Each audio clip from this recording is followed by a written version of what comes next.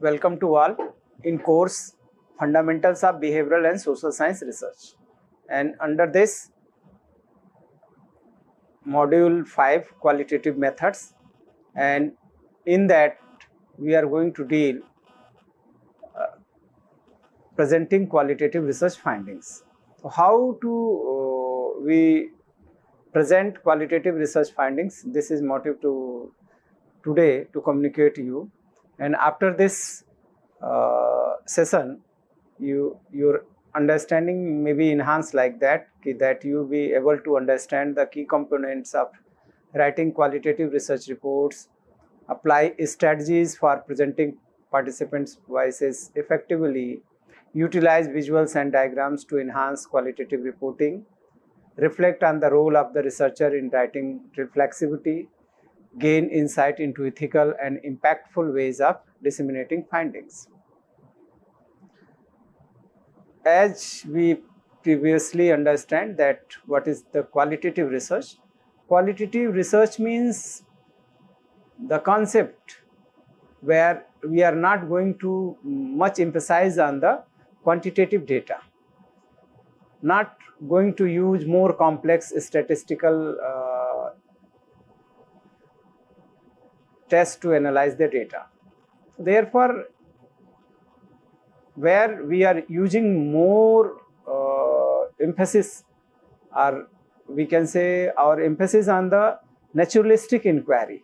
जब हम प्राकृतिक परिप्रेक्ष्य के लिए सारे एफर्ट करते हैं और जिससे कि जो एग्जिस्टिंग रियलिटी वहाँ पे है वो बाहर आ जाए, तो वो हमारी क्वालिटेटिव रिसर्च होती है। और उस क्वालिटेटिव रिसर्च की रिपोर्टिंग कैसे हो उस पे आज हम फोकस हो रहे हैं।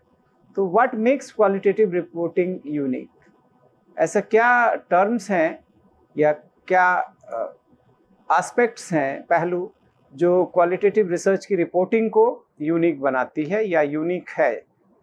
तो पहला जैसा हमने कहा कि it is not just like the quantitative research. So unlike quantitative research, qualitative writing is narrative and descriptive. It involves the narration and description, not statistical. इसमें एक तरीके से कहा जाए कि हम शब्दों को प्रयोग करके, शब्दों वाक्यों को प्रयोग करके कुछ नैरेटिव के साथ डिस्क्रिप्शन प्रोवाइड करते हैं, जिससे कि लोग पढ़कर उसके अबाउट, उसके कॉन्टेक्स्ट से रिलेट करके उसको अर्थ प्रदान कर सके। ये even we also try to produce their interpretation. तो narrative and descriptive, not statistical, deeply contextual and interpretive. ये कॉन्टेक्स्ट से संदर्भित होकर बात इसमें करी जाती है और उसमें भी वो डीपली कॉन्टेक्चुअल। जैसे हमने पहले ही बात करी कि नेचुरलिस्टिक इंक्वायरी की, तो naturalistic inquiry what is the in reality there. अगर कोई जैसे कहा कि कोई स्टूडेंट्स फेल हो रहा है क्लास में और वो जहाँ से आ रहा है, पहले तो एक सिंपल सा कॉन्सेप्ट है कि वो फेल हो रहा है, तो why he is being fail within class, however teachers are paying more attention on that students. तो ये चीज़ें समझने की ज़रूरत है कि वो फेल क्यों हो रहा है, कि टीचर्स के प्रयास के बाद भी, टीचर जितना प्रयास स्कूल में कर पाते हैं वो दे आर डूइंग। तो ऐसे में अगर हमें पता लगाना है तो फिर पता ये लगाना होगा कि वो बच्चा कहाँ से है, किस लेवल से है, कहाँ से निकल कर आ रहा। तो उसकी जो एक कम्युनिटी लाइफ है उसे हमें एसेस करना होगा। और कम्युनिटी लाइफ जब हम एसेस करते हैं तो उसके सारे फैक्टर्स वहाँ पे, वो स्टेटिस्टिकल तो एक अचीवमेंट था कि अचीवमेंट में जिसका उसका स्कोर जो था वो मिनिमम था, लेकिन उसके पीछे के जो फैक्टर्स को जब एनालाइज करने जा रहे हैं तो वो फैक्टर्स जब हम उसके उस पहलुओं को टच करेंगे जो उसके फैमिली रियरिंग से रिलेटेड, उसके फैमिली का स्ट्रक्चर, उसके मदर फादर की इनकम, सिबलिंग्स, वो सारे पहलू जब देखेंगे तो पता चलेगा। साथ ही साथ जो ACS और के रिस्पेक्ट में जो उसका एक सोशल स्ट्रक्चर क्या है उसे भी हमें पता करना होगा। तो अब क्या ऐसा भी है कि वो जिस कम्युनिटी में जहाँ रह रहा है उस जगह के रहने वाले बच्चे क्या सभी का लेवल एक जैसा है? तो this can included in the particular qualitative research, और ऐसे में उस कॉन्टेक्स्ट को और गहराई से जानना और उसको इंटरप्रेट करना. This is the concept of qualitative reporting, qualitative research. And during the reporting we go for the deeply contextual and interpretative. हम उसको कॉन्टेक्स्ट में जाकर देखते हैं और उसका इंटरप्रिटेशन करते हैं. Aimed at conveying meaning and lived experiences. हमारा एफर्ट है कि हम जो लाइव्ड एक्सपीरियंसेस वहाँ पे है जो हो रहे हैं उसको भी हम कन्वे करें, और वो कन्वे करेंगे तो शायद हमारा ज़्यादा बेहतर रिजल्ट्स सामने आएंगे, क्योंकि हमारा मोटिव ही है नेचुरलिस्टिक इंक्वायरी. तो aimed at conveying meaning and live experiences. अब यहाँ बात करें कि the qualitative research is not just reporting data but telling a story that reveals the patterns, themes and deeper meanings embedded in human experiences. इसका motive केवल इतना ही नहीं है कि केवल डेटा को रिपोर्ट कर देना. क्रेसवेल ने इस तरीके से इसको डिफाइन किया कि it motive is not to just reporting data but telling a story. उसके पीछे क्या, व्हाट इज इन एग्जिस्टेंस, वो बताना है. तो but telling a story that reveals the pattern. मैंने पहले ही कहा कि अभी जैसे कि किसी कम्युनिटी में अगर कोई बच्चा वहाँ से निकलकर एजुकेशन में जा रहा है और देखा जाए कि उसका परफॉर्मेंस जो है वो पाया गया कि बहुत पुअर है, तो पुअर है तो जहाँ से आ रहा, क्या उस जगह के सारे बच्चों की उसी स्थिति में है, या उनका कॉन्फिडेंस लेवल एसेस किया जा रहा है, या उसकी पर्सनालिटी को पे बात की जा रही है.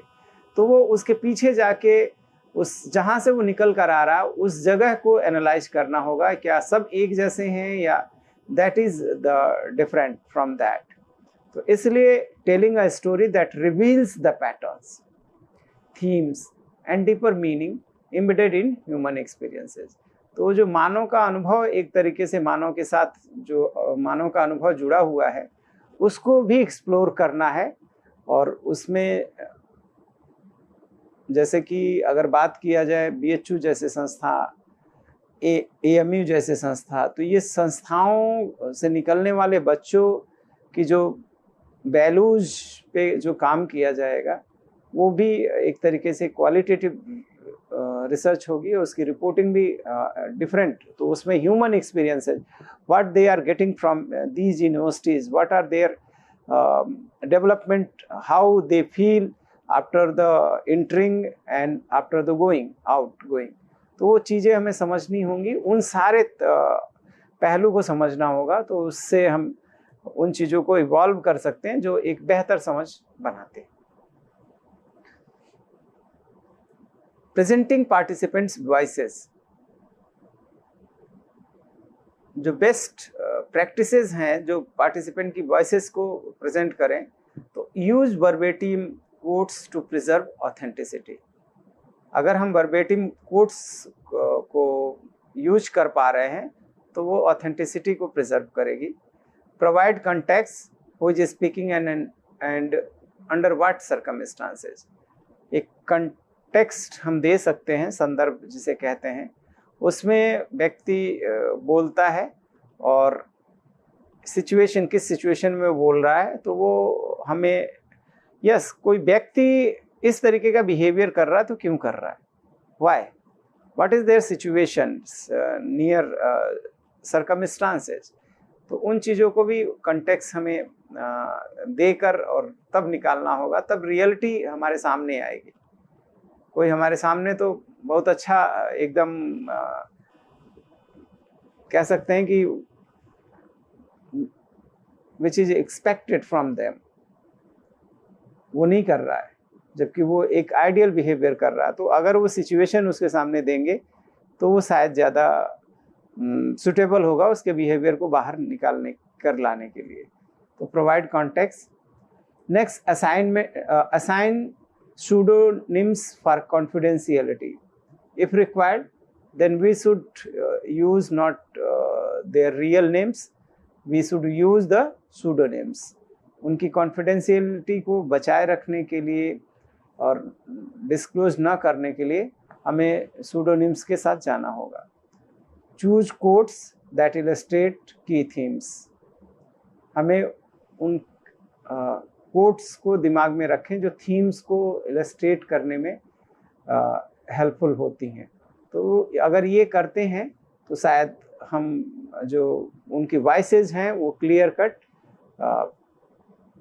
इन्फर कर पाएंगे। जैसे एक एग्जांपल हम देख सकते हैं, I always felt like I had to prove myself twice as much as the men.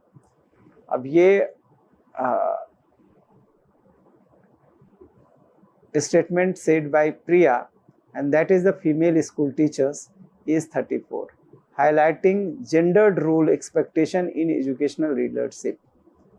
अब ये एक अगर उसके स्टेटमेंट से है तो आप देखें वो क्या कह रही है और कहाँ, वो एक टीचर है, स्कूल टीचर्स है, तो highlighting gendered role expectation in educational leadership. उसको लगता है कि इस रिफ्लेक्शन से ये आ रहा है कि उसे डबल एफर्ट देने पड़ते हैं इन कंपैरिजन देन मेन। वो कहीं ना कहीं जेंडर जो स्टीरियोटाइप जो सिचुएशन बनी हुई है उसको एक्सप्लोर कर रही है, वो टेल कर रही है। तो टिप यहाँ पे हो सकता है, avoid cherry picking, ensure quotes represent diversity of voices. तो इसके साथ हम जाके वॉइसेस को क्लियर ला सकते हैं। Using visuals in qualitative writings, जैसे कि टाइप्स ऑफ विजुअल्स में हम थीमेटिक मैप्स और कोडिंग ट्रीज यूज करके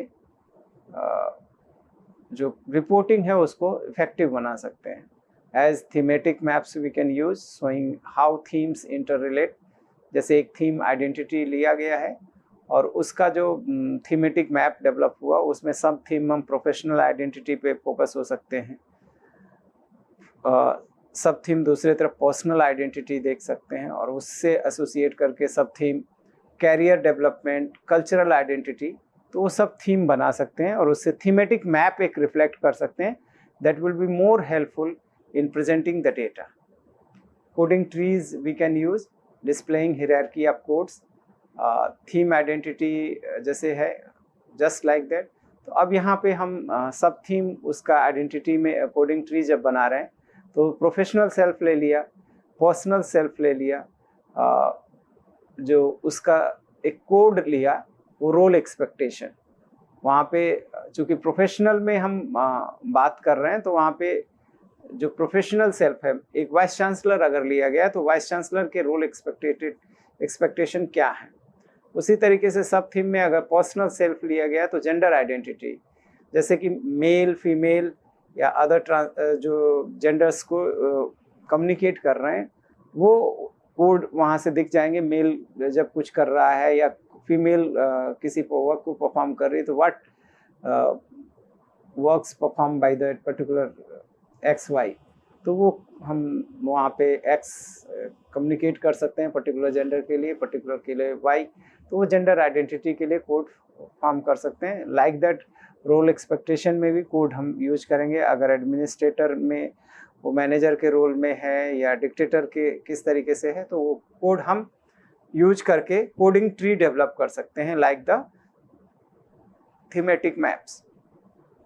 तो these can be enhance our presenting style and make more effective. Like we can use the flow charts and flow chart describing process or timeline. Prepare for interview, मान लीजिए हमने एक interview के लिए move on कर रहे हैं तो सबसे पहले हम तैयार होंगे कि कैसे इंटरव्यू करना है, उसके लिए क्या क्वेश्चन, स्ट्रक्चर्ड इंटरव्यू के लिए जाएंगे या अनस्ट्रक्चर्ड इंटरव्यू करना है, तो वो सारे चीज़ what may be their questions, वो हमें सब कुछ उसके लिए रेडी होना होगा। That will consider under the prepare for interview. And after that when we becomes prepare, after that we go for the interview, that is consider as the conduct interview. And जब हम interview कर लिए तो that should be transcribe within our words, and जब transcription हमने लिख लिया, note down कर लिया, तो उसके बाद से analyse the data, what is the finding coming out from that. तो it is the concept how we are moving from for a interview and describing process or timeline by the flow chart. We can develop the word cloud also, and optional for illustrative purpose. Here varieties of words we have used in our researches. We can say tools which for the gathering the qualitative data, and you can say maximum words are reflecting in this cloud, but some words are more highlighted and some words are less highlighted, but some are very slightly only presenting within this cloud. तो इसका मतलब है कि जो words उभरते हुए बाहर आ रहे हैं, जिनकी स्ट्रेंथ या कह सकते हैं कि ग्रेविटी जो दिख रही है वो बहुत ही क्लियर है, तो वो इसका मतलब है कि उसकी रिपीटेशन सबसे ज़्यादा हुई होगी, वो बहुत ही पॉपुलर रहा होगा इसमें. तो use visual to enhance clarity, not replace narrative explanation. तो नैरेटिव एक्सप्लेनेशन को ही केवल दिखाने के लिए हम लोग नहीं करते हैं, बल्कि इसको क्लैरिटी, यहाँ से ये वर्ड क्लाउड जो है वो क्लियर दिखा रहा है कि इसमें English, communication, interesting, friend share, make, use, उसके बाद से इम्प्रूव, फिर टॉक, वे, प्रैक्टिस, कोर्स, इस तरीके से धीरे धीरे धीरे वर्ड की जो ग्रेविटी है वो कम होती जा रही है. तो who are more visible, it means they are maximum times they have used, and that can be used for the coding or developing a theme. So it means we are presenting our concept with we can present with the help of word clouds. Balancing description and interpretation. Description और interpretation में balance बना के चलना चाहिए, otherwise that will not be helpful और understandable clear. Because when we are talking about the descriptive writing, what how we can maximise the concept, what did participants say. Descriptive जब इसका हमें लिखना है कि व्हाट डिड पार्टिसिपेंट से, तो rich context and detail, इसको जब एक्सप्लोर करें तो पार्टिसिपेंट्स ने क्या कहा उसको हमें इस तरीके से, अगर रिकॉर्डिंग है हमारे पास तो varieties of participants were there, और उसमें जो कॉमन सिमिलरिटीज हैं वो तो हम कोड करेंगे, but what were the differences, how they were differ from each others, तो वो डिस्क्रिप्टिव राइटिंग में क्लियर कट हमें निकाल कर लाना होगा. There were varieties of thought, वहाँ पे बहुत विचार ऐसे थे जो हम एक्सप्लोर करके सामने ला सकते हैं. तो that should B, and that should B context rich, and उसकी डिटेलिंग होनी चाहिए. तो therefore it is required, first one is description, and second interpretative writing. Interpretative writing means what does it means, इसका मतलब क्या है. अगर एक जैसे कुछ विचार आ रहे हैं या डाइवर्सिटी है तो उसका क्या मीनिंग है. Connecting pattern, themes and implication, और उनको पैटर्न, थीम और इम्प्लीकेशन से कनेक्ट करना. फिर use thick description to combine both, और प्रयास ये होना चाहिए एक ऐसा डिस्क्रिप्शन हो जो दोनों को कंबाइन कर सके. तो ये जो डिस्क्रिप्शन और इंटरप्रिटेशन है वो दोनों आपस में जब मिलकर आएंगे, क्योंकि डिस्क्रिप्शन को ही हमें इंटरप्रेट करना है तो उससे मीनिंग कन्वे करना है, तो इट मीन्स थिक डिस्क्रिप्शन होना चाहिए. डिस्क्रिप्शन ऑलवेज थिक होना चाहिए जिससे कि मैक्सिमम अंडरस्टैंडिंग बन सके, और जब अंडरस्टैंडिंग अच्छी बन जाएगी तो उसका इंटरप्रिटेशन बेहतर हो सकेगा। अब एक ही सेंटेंस पे जो 10 लोगों ने कहा है, 10 लोगों को के विचारों को हमें देखना होगा, डिस्क्रिप्शन उनके अलग अलग तरीके से करना होगा और फिर उसमें से हमें इन्फर करना होगा। इसीलिए लिखा हुआ rich context and detail descriptive writing में। अगर 10 लोग हैं तो 10 की जो अगर ओपन एंडेड इंटरव्यू लिया गया है या ओपन एंडेड क्वेश्चनर यूज किया गया है तो उसमें जो राइटिंग्स या वॉइसेस हैं उनको क्लियरली हमें हर एक इंडिविजुअल्स की असेस करनी होगी और उससे फिर हम उसको कॉन्टेक्स्ट फॉर्म में ले जाके कि why she has said this, why he has said like this, तो उन सबको कॉन्टेक्स्ट से एसोसिएट करेंगे तो वो ज़्यादा थिक डिस्क्रिप्शन हम दे पाएंगे। तो thick description is more required, maximum required, because that is helpful to infer something, and on the basis of that we can go for the interpretation. So therefore there should be balance between description and interpretation. Reflexivity and positionality in writing. Two things are here, reflexivity and positionality in writing. So first one we may understand. Reflexivity means acknowledging your role as a researcher. मेरी क्या भूमिका होगी मैं as a researcher, उसको acknowledge करना, and how your backgrounds, beliefs and presence influence the research process. If I am role as a researcher में मैं पहले अपने को देखूं तो मेरा बैकग्राउंड क्या है, मेरे क्या फेथ या बिलीव्स हैं, and presence influence the research process, और कैसे इन्फ्लुएंस कर रहा है. अगर किसी रिसर्च में जैसे कि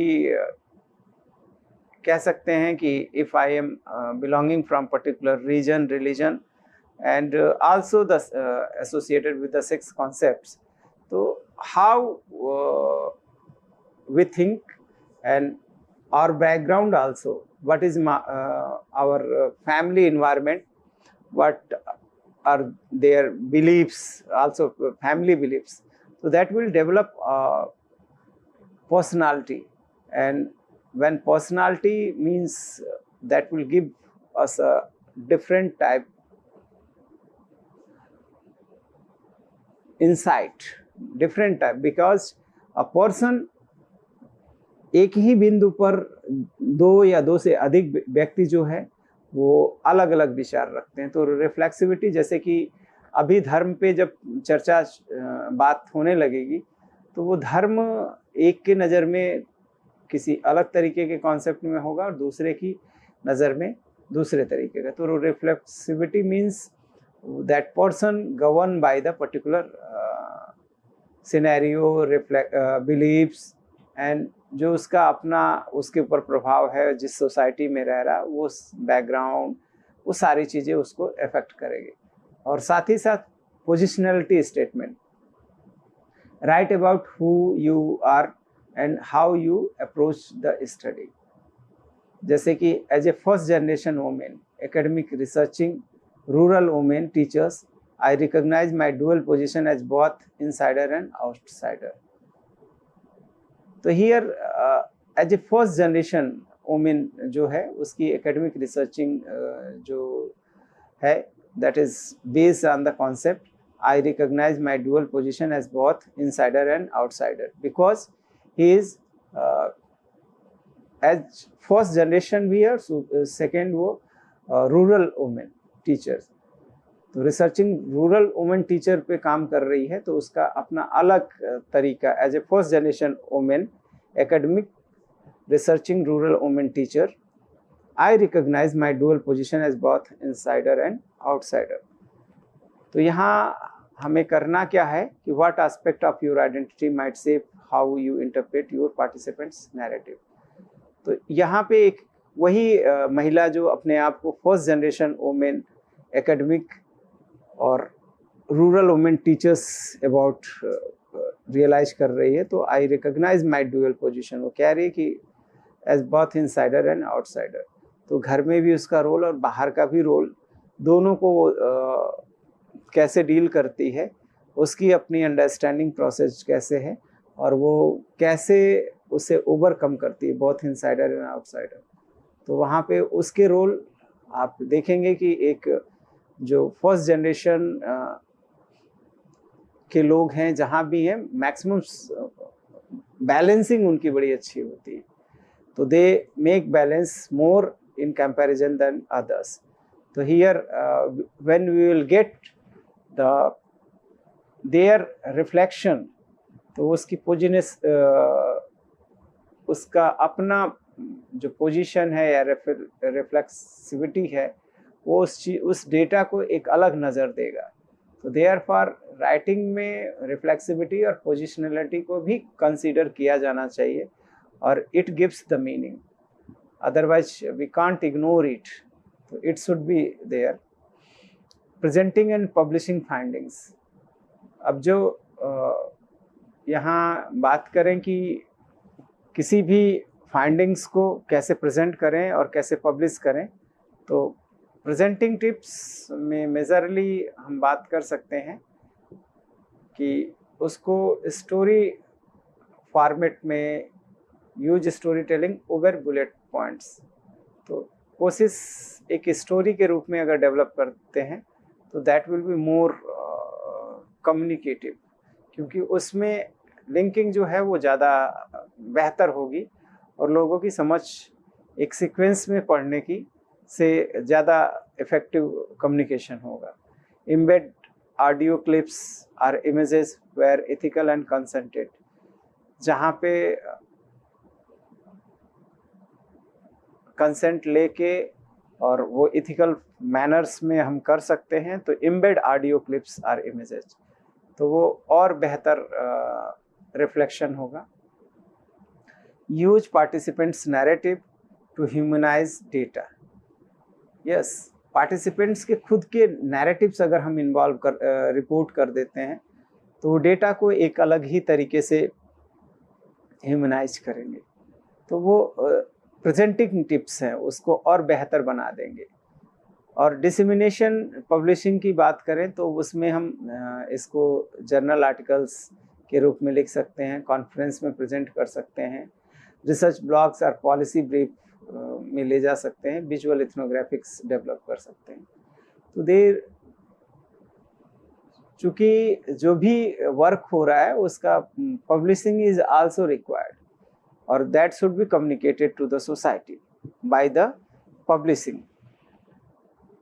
फाइंडिंग्स जो भी आई उनको जर्नल्स में कम्युनिकेट कर सकते हैं, जो जर्नल आर्टिकल्स पब्लिश होते हैं, कॉन्फ्रेंस में जाके हम उसको कम्युनिकेट कर सकते हैं अपने पेपर्स के through, and that can be disseminated through that conference. Research blogs, if you are you have your own various कह सकते हैं कि फेसबुक या लिंक्डइन इस तरीके के जो जहाँ से आप ब्लॉग्स भी क्रिएट करके अपने खुद के ब्लॉग्स रिसर्च ब्लॉग्स यूज में ला सकते हैं, and policy briefs these can be. और साथ ही साथ विजुअल इथनोग्राफिक अगर आप बना पाते हो, डेवलप कर पाते हैं, तो वो भी फाइंडिंग्स को पब्लिश करने में बहुत मदद करेगी। Ethical reminder means always obtain consent before using participants quotes in presentation. अगर आप जैसे कि यहाँ वीडियो की बात कर रहे हैं, तो किसी की वीडियो को हम या ऑडियो क्लिप्स को यूज में लाने जा रहे हैं, या किसी के इमेजेस को भी कभी कभी आप देखोगे कि रिप्रेजेंटेशन में ऐसा लगता तो जरूर है कि किसी गांव के व्यक्ति या अनपढ़ मजदूर या खेती किसानी करने वाले लोगों के पिक्चर्स हम आसानी से यूज कर सकते हैं, लेकिन दैट इज़ नॉट एथिकल वे। हम उनसे पूछ के अगर काम करते हैं तो वो ज़्यादा इम्पोर्टेंट होते हैं। तो इसी तरीके से अगर किसी पार्टिसिपेंट्स के कोट्स को हम यूज कर रहे हैं तो उनसे कंसेंट जरूर ले लें प्रेजेंटेशन में। यहाँ जो बात करें कि कैसे हम अपनी जो क्वालिटेटिव रिपोर्टिंग की अच्छा कर सकते हैं, तो इसकी अगर हमें एक सच में ऑथेंटिक रूप से हमें जानना है कि what are the authentic way how to report our findings. So therefore it is good to see the various journals which are publishing in the field of particular subjects, and also we can go to see the varieties of the work which have been published earlier और जो आज field में अपनी एक साख जमाए हुए हैं, जिसे कह सकते हैं they have develop their credibility. तो वो हमें देखने होंगे कि लोग कैसे रिपोर्टिंग करते हैं। उन रिपोर्टिंग को अगर हम देख पाते हैं तो वो ज़्यादा इफ़ेक्टिव होते हैं। तो इसीलिए यहाँ पे जो प्रेजेंटिंग एंड पब्लिशिंग का कॉन्सेप्ट है, तो पब्लिश करने के पहले हमें प्रेजेंट करना है। तो that presenting should be in a effective manner. अब वो कैसे आप प्रेजेंट कर रहे हो वो हमारा देखने की ज़रूरत है। तो इसीलिए जब क्वालिटेटिव रिसर्च को प्रेजेंट करने का तरीका जो है वो मेजरली स्टोरी टेलिंग बहुत ही इफेक्टिव मानी जाती है। और स्टोरी टेलिंग में कनेक्टनेस या कनेक्टेडनेस वो बहुत ही इम्पॉर्टेंट होता है कि वो एक दूसरे से कनेक्ट करते हुए आगे बढ़े, तो वो उसका रिफ्लेक्शन एक जो अंडरस्टैंडिंग है वो अच्छी बन जाती है। तो इसलिए इससे जाएं। और दूसरा, एम्बेड ऑडियो क्लिप्स और images where ethical and consented. अगर हम वहाँ पे इमेजेस डाल पा रहे हैं या ऑडियोज क्लिप्स को वहाँ पे उसकी यूज करके उसको रिफ्लेक्ट कर सकते हैं कि ये कैसा है क्या है। और चाहें तो आजकल के कंटेक्स्ट में अगर आप ऑनलाइन कंटेंट डेवलप कर रहे हो तो you can use their videos there by clicking, you can go there and listen the voices. तो इस तरीके से, और साथ ही साथ जब आप पार्टिसिपेंट्स के नैरेटिव्स को पे फोकस हो जाते हैं तो वो बहुत ही उसका प्रेजेंटेशन जो है कि इन्होंने इस केस में ये कहा। जैसे कि क्लास को ऑब्जर्व करा जा रहा था और उस क्लास में पूछा गया कि बेटा तुम्हारे स्कोर दूसरे के स्कोर से कम क्यों आते हैं, तुम क्यों नहीं मेहनत करते। तो उसके जवाब जो शब्द उसके जो हैं वो सुनिए कि क्या वो कह रहा है। हम भी मेहनत करते हैं लेकिन हमें तो पता नहीं क्या है कि हम रिपोर्ट ही नहीं कर पाते हैं, नहीं लिख पाते हैं, हमको समझे में नहीं आता है तो हम क्या लिखेंगे। तो जब ये शब्द उसके आए कि हमको समझे में नहीं आता है, तो that words it means that student is not able to understand that content. जब वो समझ नहीं पाता तो वो लिखेगा क्या, इट इज रियलिटी। तो therefore it should be quoted there. What are the participant narratives, how they are communicating to us, वो जब हमें समझ में आएगा। उसकी केवल डेटा ले लेने से कि इतने percent students have below than this and 50% students are average and 20% are more intelligent, तो ये रिपोर्ट कर देने से हमें कुछ नहीं मिलेगा। The students who are below average, why they are like that, हमें वो पता करना होगा।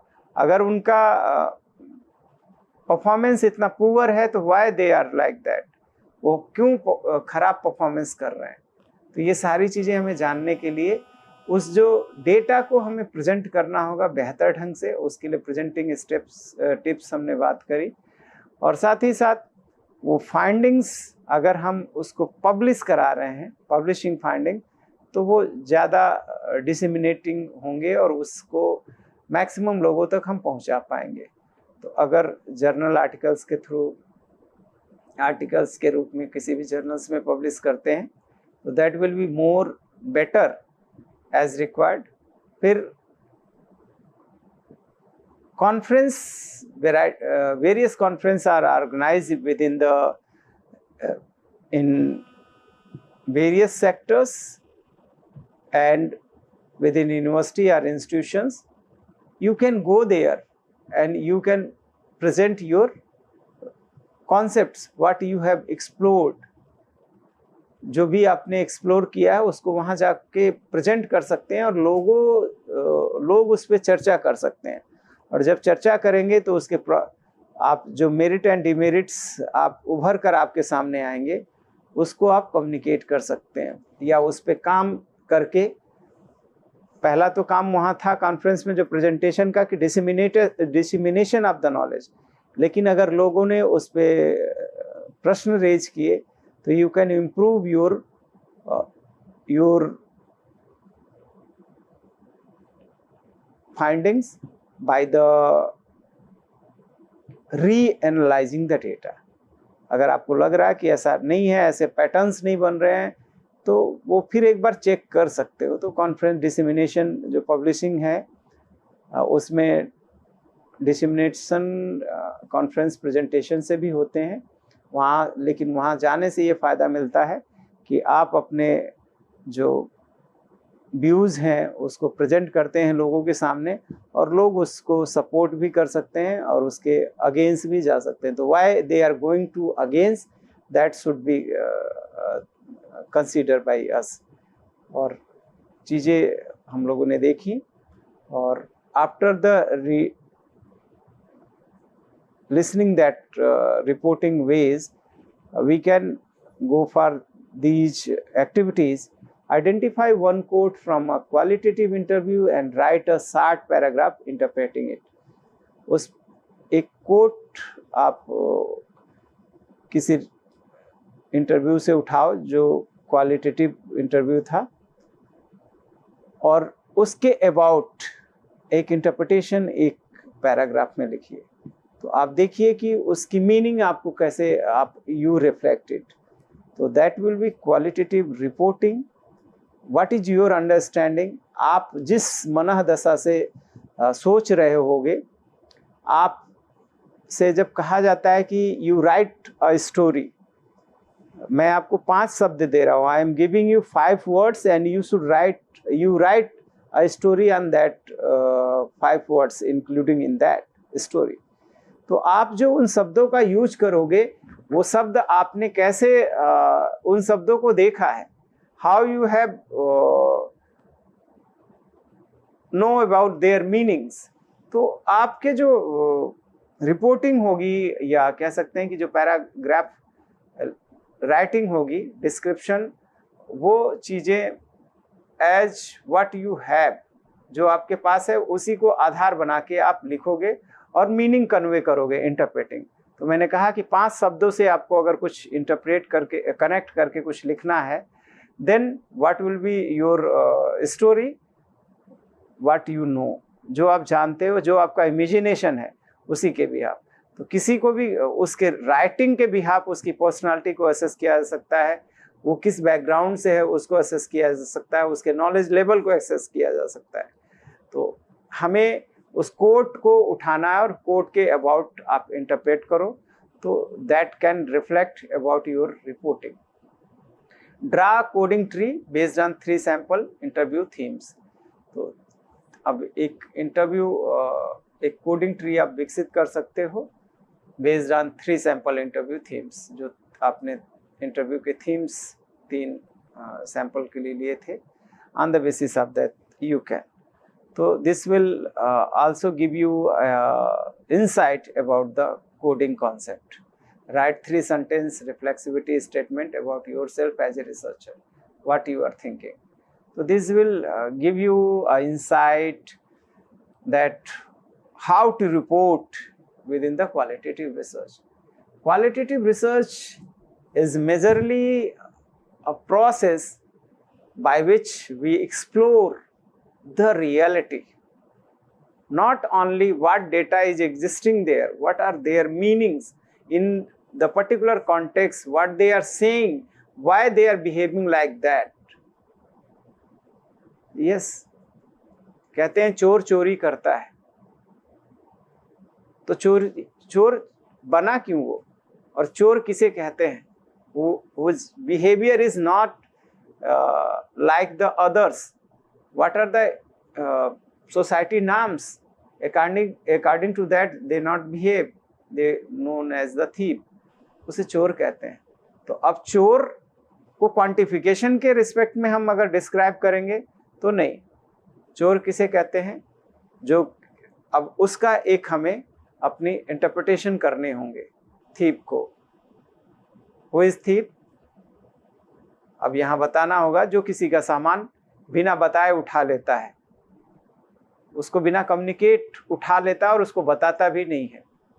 तो ये नंबर्स में काउंट नहीं किया जा सकते हैं। उसकी स्टोरी जब विकसित की जाएगी, चोर कौन था, किस तरीके से चोरी करना क्या है, तो ये सारे कॉन्सेप्ट्स हमें एक ऐसे जब किसी चीज़ की बेहतर समझ बनानी होती है जो कॉन्सेप्चुअल है, और वो कॉन्सेप्चुअल का क्लैरिफिकेशन देने के लिए हमें क्वालिटेटिव रिसर्च के साथ जाते हैं, but their quality reporting is must required in a effective manner.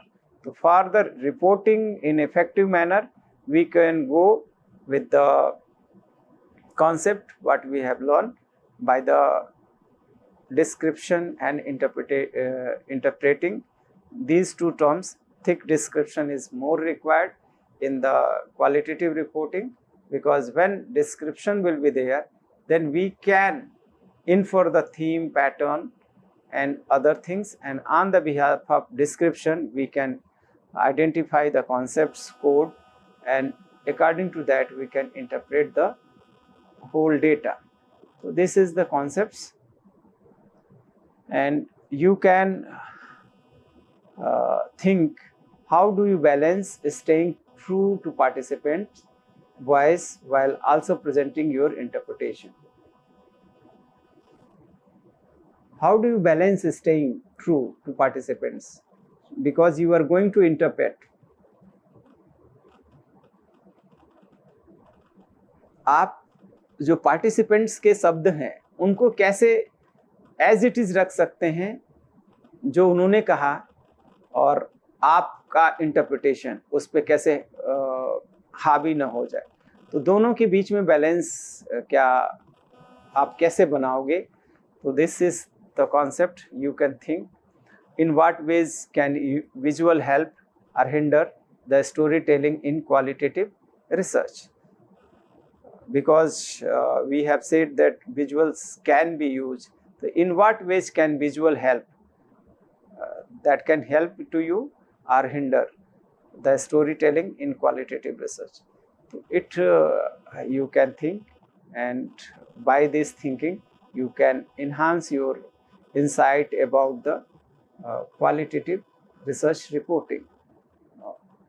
By the reading of these references you can also, because here we have coded using thematic analysis in psychology, and that is qualitative research in psychology concept, Creswell की qualitative inquiry and research design, naturalistic inquiry, qualitative research methods. So these will gives you a great insight. By that you can get a very effective reporting manner. And because qualitative research is not the only to gather the data, statement, pictures, etc., but reflection of the from that data जो infer करना है और कैसे हमें उससे description करना है और इंटरप्रेट करना है, वो बहुत महत्वपूर्ण होते हैं, वही मीनिंग कन्वे करते हैं. So therefore you can make your insight about the qualitative reporting in a good manner by the reading of these references. Thank you for listening.